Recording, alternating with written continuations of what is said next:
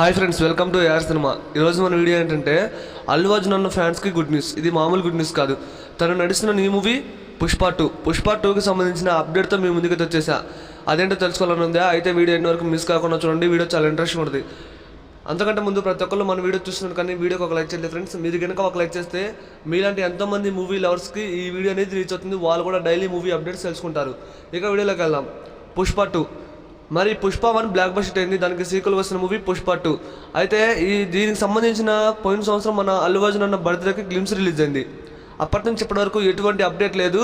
అయితే మళ్ళీ ఏప్రిల్ 8వ తారీఖున మన అల్లు అర్జున్ అన్న బర్త్డేకి పుష్ప 2కి సంబంధించి టీజర్ అయితే రిలీజ్ అవుతుంది. ఇదైతే కన్ఫర్మ్. ఖచ్చితంగా పుష్ప 2కి సంబంధించిన టీజర్ అయితే ఏప్రిల్ 8న వస్తుంది.